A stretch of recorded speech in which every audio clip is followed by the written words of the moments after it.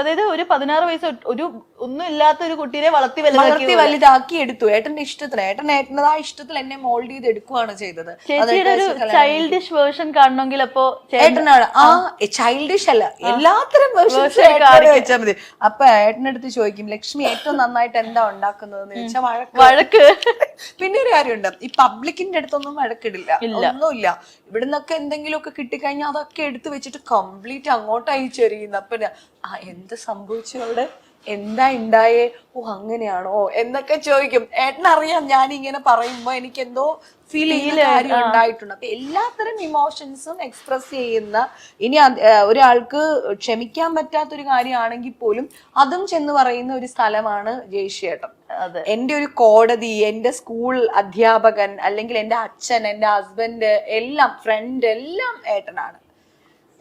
എല്ലാം അവിടെയാണ്. അപ്പൊ ഏട്ടന് ഭയങ്കര ഹേർട്ട് ചെയ്തു, ഏട്ടന് ഭയങ്കര വിഷമായി. ഏട്ടനെന്ന് വെച്ചാല് അപ്പൊ തന്നെ ആൾക്കാർ ഇങ്ങനെ വിളിച്ചിരിക്കുമ്പോ ലക്ഷ്മിയോ എന്നെയോ ഡിവോഴ്സോ, ഞാൻ അറിഞ്ഞില്ലല്ലോ, ഞാൻ വീട്ടിൽ നിന്നാണല്ലോ വന്നത്. എനിക്ക് ഏട്ടൻ ഇത്രയും വിഷമിക്കുന്നുണ്ടെന്ന് സത്യത്തിൽ എനിക്കറിയില്ല. ഞാൻ അത് ഇട്ടു, അത് ഡിലീറ്റ് ചെയ്തു, എന്റെ ഫൂളിഷ്നെസ് അത് ഡിലീറ്റ് ചെയ്തു, അത് കളഞ്ഞു. പക്ഷേ ഏട്ടന് ഇപ്പോഴും വിദ്യാധരൻ മാഷിനെ പോലെയുള്ള ആൾക്കാര് ഒക്കെ ഏട്ടനെ വിളിച്ചിട്ട് കംപ്ലീറ്റ് അച്ഛന്റെ സുഹൃത്തുക്കളൊക്കെ ഇങ്ങനെ വിളിച്ച് ചോദിക്കുമ്പം ഏട്ടൻ ഇപ്പോഴും ഭയങ്കര ഒരു വിഷമാണ്. പിന്നെ എവിടെ പോകുമ്പോഴോ നിങ്ങൾ ഡിവോഴ്സ് ആയില്ലേ, ഡിവോഴ്സ്. അപ്പൊ ഏട്ടൻ പിന്നെ ആവണോ എന്ന് ചോദിക്കും, ഏട്ടൻ ചോദിക്കും. അങ്ങനെയൊന്നും ഉണ്ടാവാതിരിക്കട്ടെ, അതെ സന്തോഷമായിട്ട് പോട്ടെ.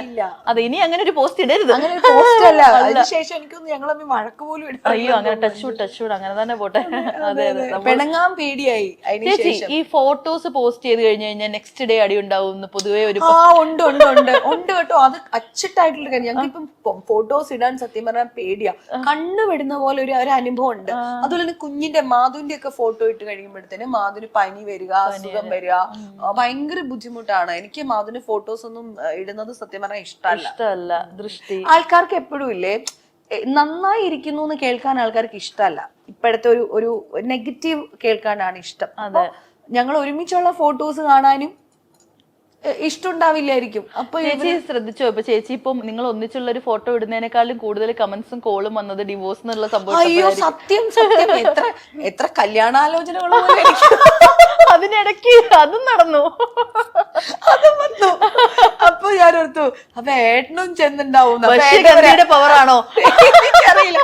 അപ്പൊ ഏട്ടൻ പറഞ്ഞു എനിക്കും ഇനി ഇവളെക്കാട്ടിലും നല്ലൊരു ഭാര്യയെ കിട്ടുവാണെങ്കിൽ കിട്ടട്ടെ എന്ന് ഞാനും വിചാരിച്ചു. ഏട്ടന്റെ ഫ്രണ്ട്സിന്റെ അടുത്ത് തമാശയായിട്ട് പറയും. വശ്യഗന്ധി നമ്മള് തമാശയ്ക്ക് പറഞ്ഞാണെങ്കിലും അത് ഭയങ്കര വശ്യഗന്ധി തന്നെയാട്ടോ. ഞാൻ ചേച്ചിയെ പെർഫ്യൂം അടിച്ചപ്പോഴത്തേക്ക് ഇങ്ങനെ എന്റെ 3ാമത്തെ ബോട്ടിലായിപ്പോ ഞാൻ അതിന് ഭയങ്കര അഡിക്റ്റഡ് ആണ്. അതായത് താത്താത്തൈ ഊർമിള ഉണ്ണി ആന്റി ഞങ്ങൾ ഒരുമിച്ച് സിനിമ ചെയ്യുന്ന സമയത്ത് തന്നെ പുള്ളിക്കാരി ഇത് സെയിലിംഗ് ഒക്കെ ഇപ്പോഴല്ലേ തുടങ്ങിയത്, അതിന് മുൻപ് തന്നെ പുള്ളിക്കാരി ഇതാണ് പിന്നെ ഇവരുടെ കുടുംബത്തിൽ ഉണ്ടാക്കുന്ന സാധനമാണ്. അപ്പൊ അത് ഉപയോഗിച്ചിട്ടാണ് താത്താത്തൈ വരിക. അപ്പം താത്താത്തൈ എന്നാ വിളിക്കുന്നത് ഊർമിള ഉണ്ണി ആന്റി. അപ്പം ഇങ്ങനെ വരുമ്പോ തന്നെ എന്തൊരു മണമാണ്. ഞാനിങ്ങനെ കെട്ടിപ്പിടിച്ച് ഉമ്മ കൊടുത്ത് ഇങ്ങനെ ഇരിക്കുവായിരുന്നു. എനിക്ക് ഭയങ്കര ഇഷ്ടമാണ് ആ മണം. അപ്പൊ അത് വിപണിയിൽ ഇറക്കി എന്ന് പറഞ്ഞപ്പോ ഏറ്റവും കൂടുതൽ സന്തോഷിച്ചത് ചേച്ചിയാ. ഇപ്പൊ എന്റെ 3ാമത്തെ ബോട്ടിൽ ഇപ്പൊ അവര് തൈലവും ഇറക്കുന്നു. അപ്പൊ എനിക്ക് അതും വേണം എന്ന് പറഞ്ഞിട്ട് ഞാൻ ഇരിക്കുക. ഞാൻ നേരത്തെ അടിച്ചപ്പോഴത്തേക്ക് മറ്റേ പനേന്നൊക്കെ യക്ഷി ഇറങ്ങി വരുന്ന ഒരു മണം, അതേപോലെ എന്താ മനസ്സിലാവുന്നില്ല സംഭവം. ഒരു പ്രത്യേക തരം ഒരു മതിപ്പിക്കുന്ന ഉണ്ടാക്കുന്ന ഒരു സത്യം. ചേച്ചി അതേപോലെ ചേച്ചി ഇനി എനിക്കൊന്നൊരു 10 വർഷം കഴിഞ്ഞാലും ഏതൊരു ബിഗ് ബോസ് സീസൺ വന്നാലും ഒരു തവണയെങ്കിലും ഒരു കമന്റ് ബോക്സിലെങ്കിലും ഒരു റിവ്യൂവർ എങ്കിലും പറയാതെ പോകത്തില്ല. ആണല്ലേ? ഞാൻ അത്രത്തോളം നോക്കാറില്ല.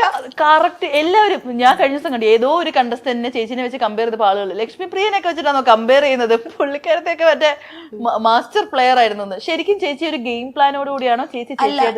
ഞാനായിട്ടല്ലേ നിന്നത്. സത്യം പറഞ്ഞാൽ ബിഗ് ബോസ് എന്ന് പറഞ്ഞാൽ ഇങ്ങനത്തെ ഒരു സംഭവമാണെന്ന് അറിഞ്ഞിരുന്നെങ്കിൽ ഞാൻ പോത്തതേ ഇല്ലായിരുന്നു. എന്റെ ഇന്നസെൻസ് കൊണ്ടാണ് ഞാൻ ആ പ്രോഗ്രാമിലേക്ക് പോയത് തന്നെ. ഞാൻ ഷോസ് കണ്ടിട്ടുണ്ടെങ്കിൽ ഡെഫിനറ്റ് ആയിട്ട് ഞാൻ പറയാം ഞാൻ പോവില്ലായിരുന്നു. ഞാൻ കണ്ടിട്ടില്ല. ഞാനായിട്ട് സത്യത്തില് ആദ്യമൊക്കെ ഇത് എങ്ങനെയാ ബിഹേവ് ചെയ്യേണ്ടത് സത്യത്തിൽ എനിക്ക് അറിയില്ല. കാരണം വെച്ചാൽ എനിക്ക് ദേഷ്യം വരുന്നുണ്ട്, എനിക്ക് സങ്കടം വരുന്നുണ്ട്. അപ്പൊ എനിക്കിത് ഇങ്ങനെ ചെയ്യാമോ, ഇങ്ങനെ റെസ്പോണ്ട്, ഞാൻ വളരെ ക്വിക്കായിട്ട് റെസ്പോണ്ട് ചെയ്യുന്ന ഒരാളാണ്. അപ്പം ഇങ്ങനെ റെസ്പോണ്ട് ചെയ്യാമോ എന്നൊന്നും എനിക്ക് അറിയില്ലായിരുന്നു. പക്ഷെ എപ്പോഴും ഞാൻ റെസ്പോണ്ട് ചെയ്തപ്പോ തന്നെ ലാലേട്ടൻ വന്നിട്ട് ആ ഒരു എപ്പിസോഡിൽ ഇങ്ങനെ പറയാ, ഇങ്ങനെയാണ് കളിക്കേണ്ടതെന്ന് പ്രേക്ഷകർ എല്ലാരും പറയുന്നു. അപ്പോഴാണ് എനിക്ക് ഇതിലൊരു ട്രാക്ക് മനസ്സിലാകുളം എന്ന് എനിക്ക് മനസ്സിലായത്. ശരിക്കും അപ്പോഴാണ് ശരിക്കും എനിക്കൊന്ന് നിങ്ങളുടെ ഒരു സീസണിലേ ഉള്ളൂ ഇത്രയും വേഴ്സറ്റൈൽ ആയിട്ടുള്ള ക്യാരക്ടേഴ്സ് ഉള്ള ആളുകൾ. ഓരോ ആളുകൾക്കും ഓരോ ക്യാരക്ടേഴ്സ്. അതെ അതെ അതെ അതെ എല്ലാരും ഭയങ്കര ഭയങ്കര അവരവരുടെ എന്താ പറയാ സ്വഭാവത്തിൽ വളരെ വളരെ പവർഫുൾ ആയിട്ടുള്ള ആൾക്കാരായിരുന്നു. അതെ. ചേച്ചിക്ക് അതിലെ ഫേവറേറ്റ് കണ്ടസ്റ്റൻസ് ഇപ്പൊ അന്ന് എന്റെ എപ്പോഴും ഫേവറേറ്റ് റോബിൻ.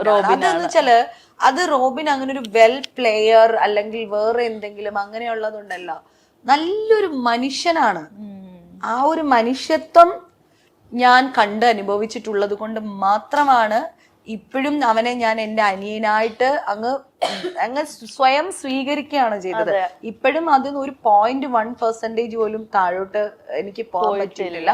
ഞങ്ങളുടെ റിലേഷൻ, ഞങ്ങളുടെ ബോണ്ടിങ് അതുപോലെ ഞങ്ങൾ കൊണ്ടു നടക്കുന്നുണ്ട്. ചേച്ചി, ഇത്തവണത്തെ ഈ കഴിഞ്ഞ വീക്കെൻഡ് എപ്പിസോഡിൽ ലാലേട്ടൻ ഇപ്പോഴത്തെ കണ്ടസ്റ്റൻസിനോട് ഒരു ക്വസ്റ്റ്യൻ ചോദിച്ചിരുന്നു. അതായത് നിങ്ങൾ അവിടെ ചെയ്തൊരു പ്രവൃത്തിയിൽ നിങ്ങൾക്ക് റിഗ്രറ്റ് തോന്നുന്ന ഒരു കാര്യവും പ്രേക്ഷകർ നിങ്ങളെ സ്വീകരിച്ചതിനുള്ള റീസണും ചോദിച്ചിട്ടുണ്ടായിരുന്നു. ആ 2 റീസൺ ചേച്ചിനോട് ചോദിച്ചാൽ ചേച്ചി എന്തൊക്കെ പറയും? അവിടെ ചെയ്തതിൽ വെച്ചിട്ട് ഒന്ന് പോയി അതൊന്ന് ചേഞ്ച് ചെയ്യാം, ഞാൻ അങ്ങനെ ചെയ്യണ്ടായിരുന്നു എന്ന് മനസ്സിൽ തോന്നിയിട്ടുള്ള എന്തെങ്കിലും ഉണ്ടോ? എനിക്ക് ചേഞ്ച് ചെയ്യണമായിരുന്നു, അങ്ങനെ വേണ്ടിയിരുന്നില്ല എന്ന് തോന്നിയത്, ഞാൻ പറഞ്ഞ ഒരു വാക്ക് ഭയങ്കരമായിട്ട് തെറ്റിദ്ധരിക്കപ്പെട്ട് പോയിട്ടുണ്ടായിരുന്നു. മാനുഫാക്ചറിങ് ഡിഫക്റ്റ് എന്ന് പറയുന്നത് അത് ശരിക്കും പറഞ്ഞാൽ അവന്റെ സ്വഭാവത്തിനെയാണ് ഞാൻ ഉദ്ദേശിക്കുന്നത്. എടാ, നീ ഒരാളുടെ ക്രൂരമായിട്ട് പെരുമാറുന്നു, മനസ്സിലായി, അയാളുടെ ഒരു സ്വഭാവമല്ലേ. അത് ആ ഒരു സെൻസിൽ, അതായത് ഇപ്പൊ നമ്മള് മേക്കപ്പ് ചെയ്യുമ്പോൾ, ഞാൻ അപ്പൊ പറയുന്നത് തന്നെ ഇപ്പോഴും പറയാം, നമ്മള് മേക്കപ്പ് ചെയ്യുമ്പോൾ മൂക്ക് വളഞ്ഞിട്ടാണ് ഇരിക്കുന്നത്, ഇത് മാനുഫാക്ചറിങ് ഡിഫക്റ്റ് ആണോ നമ്മൾ തമാശയായിട്ട് പറയില്ലേ, അത്രയും ഞാൻ അതിന് ആ ഒരു ലാഘവത്തിലാണ് ഞാൻ പറയുന്നത്. നിന്റെ സ്വഭാവം കൊള്ളാത്തത്, നിനക്ക് ജന്മത്തിലെ നീ ഇങ്ങനത്തെ ഒരു സ്വഭാവമാണ്, ഹേർട്ട് ചെയ്യണമല്ലോ. നിങ്ങൾ ആലോചിച്ച് നോക്കൂ, അവൻ ഹേർട്ട് ചെയ്തതിന്റെ ഒരു 10,000-ൽ 1 അംശം ഞാൻ തിരിച്ച് ഹേർട്ട് ചെയ്തിട്ടുണ്ടോ? പിന്നെ ചേച്ചി കെട്ടിപ്പിടിച്ച് ആ വാക്ക് ഭയങ്കരമായിട്ട് പോയി. അതുകൊണ്ടാണ് റിയാസിനെ ഞാൻ 2 പ്രാവശ്യം ഇമിറ്റേറ്റ് ചെയ്തപ്പോ റിയാസിന് അത് സഹിക്കാൻ പറ്റിയിട്ടില്ല. അതുപോലെ റിയാസിനെ റിയാസിനെ മേക്കപ്പ് ചെയ്ത് ഒരുക്കി ഞാൻ ഇറക്കണമെങ്കിൽ എനിക്ക് അവനോട് അല്ല ഇടിച്ചിട്ട് കൊടുക്കല്ല, റിയാസിന് കോസ്റ്റ്യൂം ബാത്റൂമിൽ കൊണ്ടുപോയിട്ട് ഉടുപ്പിച്ച് അവനൊരു പെറ്റിക്കോട്ട് പോലെ ഒരു ബനിയനൊക്കെ ഇട്ടിട്ടാണ് പിന്നെ ബ്ലൗസ് ഒക്കെ ഇട്ടത്. ഇത് ഇങ്ങനെ പറ്റില്ല എന്ന് പറഞ്ഞിട്ട് ഞാനാണ് വാഷ്റൂമിൽ കൊണ്ടുപോയി അവനെ കോസ്റ്റ്യൂം ചെയ്ത് മേക്കപ്പ് ചെയ്ത് കൊടുത്തു, എന്താ പറയാ മുടി കുങ്കുമം വെച്ചു കൊടുത്തു. ഞാൻ ഇങ്ങനെയാ സാരി ഉടുക്കാന്നുള്ള സാരിയൊക്കെ ഉടുപ്പിച്ചു കൊടുത്ത് ഒരുക്കി ഇറക്കി കൊടുത്തത് ഞാനല്ലേ. എനിക്ക് എന്തെങ്കിലും പ്രശ്നം ഉണ്ടെങ്കിൽ ഞാൻ അങ്ങനെ ചെയ്യോ. എന്നിട്ട് എന്ത് ചെയ്തു, ഞാൻ അവനെ ഇമിറ്റേറ്റ് ചെയ്തതും ഇല്ല. അപ്പം എന്റെ മനസ്സിൽ ആ ഒരു സ്നേഹം ഉള്ളത് കൊണ്ടാണ് ഞാൻ ഇമിറ്റേറ്റ് ചെയ്തത്. റിയാസിന്റെ ഗ്രാഫ് ചേഞ്ച് ആയത് ആ ഒറ്റ എപ്പിസോഡില്. പക്ഷേ എനിക്കത് തിരിച്ചു ചെയ്യാൻ അറിയാൻ പാടില്ലാഞ്ഞിട്ടല്ലല്ലോ ഞാനത് വിട്ടുകൊടുക്കുന്നത്. തീർച്ചയായിട്ടും എൻജോയ് ചെയ്തു. ഞാനെന്ന് വെച്ചാൽ ഈ കോമഡി, ട്രോള്, ആരോഗ്യപരമായതെല്ലാം ആസ്വദിക്കുന്ന ഒരു മനുഷ്യനെ കുത്തി നോവിപ്പിക്കുന്നതല്ല. അപ്പം അതെല്ലാം ആസ്വദിക്കുന്ന ഒരാളാണ്. അപ്പം അതാണ് എനിക്ക് ഞാൻ പറഞ്ഞ വാക്ക് തെറ്റിദ്ധരിക്കപ്പെട്ടു പോയി എന്നുള്ളത് ആ ഒരൊറ്റ വാക്ക് മാത്രമേ എനിക്ക് വേഷമായിട്ടുള്ളൂ.